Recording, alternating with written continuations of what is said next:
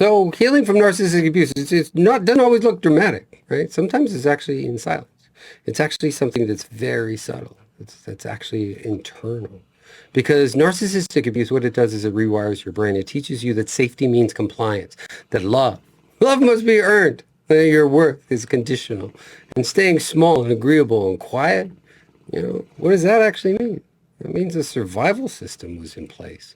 It means that your nervous system had to adapt to a very toxic environment. It learned to react quickly, to explain before being accused, to please before being rejected, to abandon yourself. That's not a flaw. It was protection. It was automatic. It was also subconscious. And it was actually brilliant. Brilliant for back then, because that's what you needed. But now you're in recovery, and you're trying to live, not just survive. And this is where the real work actually begins. Because the work starts actually with a pause. And the pause is your first act of resistance. Because in that pause, your brain isn't being hijacked, right? Your body isn't bracing. And I'd take you through the science behind it.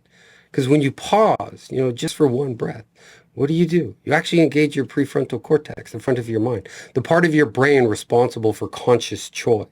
And what you're actually learning to do is to turn down the amygdala, turn down that response, that threat center, the narcissistic abuse just kept on overdrive.